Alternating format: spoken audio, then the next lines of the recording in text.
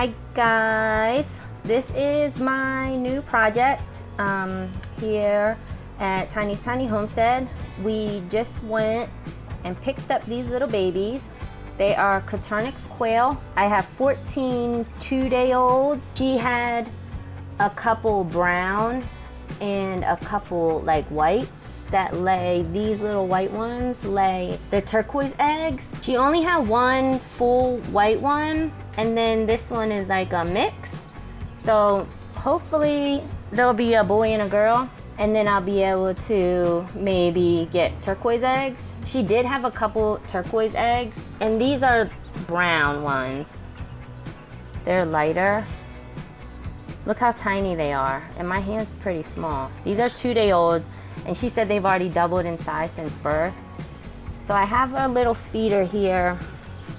I drilled some holes, you can see, for them to get their food. You're gonna get mooshed, baby. And I have the mason jar water and a heat lamp. They're currently inside because I have to go build their little hutches. They're currently in my kitchen, which isn't everything always in my kitchen.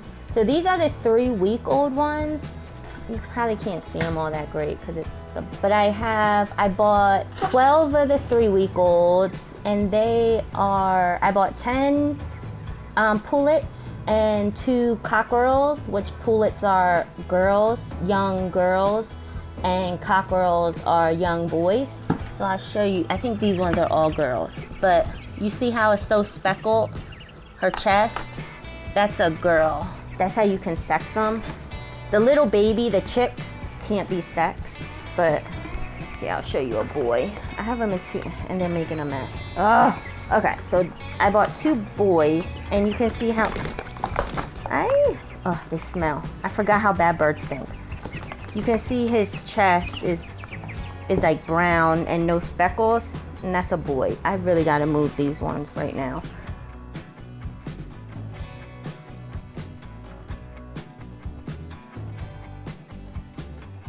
This is the hutch I built for them. It's a 2-level, except I didn't, I ran out of wire, so I have to go buy more of this wire. And you can see this mess they've already made on my deck. This space, I have to cut this off, but this space here is a slot for a tray to catch all their poop, and then it'll be used for compost. So this is my setup. It's about 3 feet wide and 2 feet deep, and then it's about a foot tall. So there's 10 pullets and 2 cockerels, and they will be split up with 5 females and 1 male in the top and 5 females and 1 male in the bottom. In a couple weeks they'll be split up. And then the little babies that are inside, I'll be building a 3rd level to put on top. And are you talking to me? And they will all stay together until about 4 to 6 weeks, and then I'll split them up as well. And the chicks, I'm not keeping all of them. I don't intend to keep all of them. You can't sex them when they're chicks. So I just bought 14 of them, and hopefully I'll get enough females for a 3rd cage. So Coturnix quail are an Asian species. They've been domesticated in parts of Asia for about 2,000 years. They're really hardy. They're cold tolerant. They start laying eggs around 6 weeks, and they should be butcher size around 8 weeks. We are planning on eating their eggs and also incubating and hatching. So we'll see how that works out. Their eggs take about 18 to 20 days to incubate. So it's a lot shorter than a chicken, but they're also a lot smaller. It takes about 3 quail eggs to equal 1 chicken egg. So you can see I just have their water. This is a sand bath.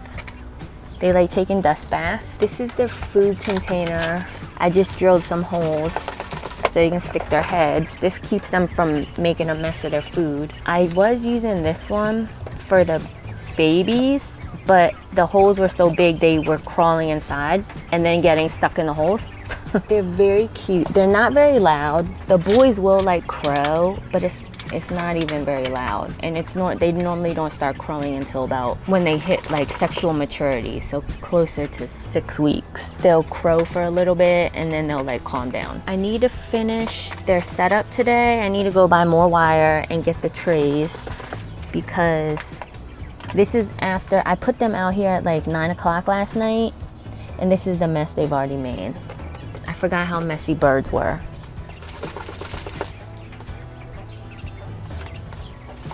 I need to give them a bigger dust bath. I'll be setting up an automatic watering system for them, but I'm just using these little waters for now while they're smaller, and until I can set up their automatic watering system.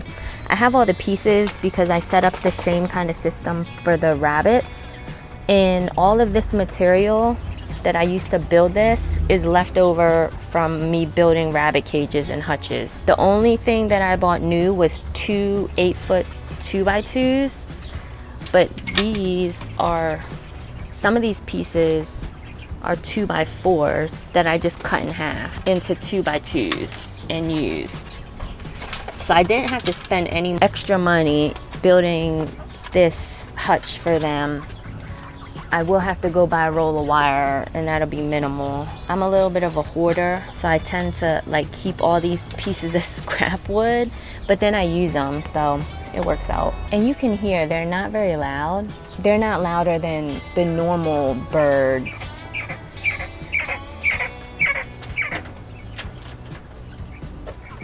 Like, that's the loudest.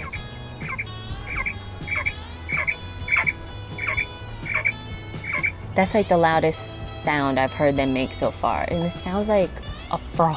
They're not louder than any of the normal birds that we get around here. We're in city limits. I'm not allowed to have poultry like chickens or ducks or geese or turkeys or anything like that. But I am allowed to have quail, as long as they're not like screaming all the time. If they disturb a neighbor, if a neighbor complains, then we'll have a problem. But they're not loud at all. You can see here, that's a main street, and we get cars. See, you can hear the cars. The cars are louder than these birds. And people have dogs that bark, and they're like way louder than these birds will ever be. I don't know if you guys can hear it, but there's like cricket and birds. The crickets are louder than these quail. So I don't think I should have any problems with the noise. We are driving over this bridge, and I hope we don't die.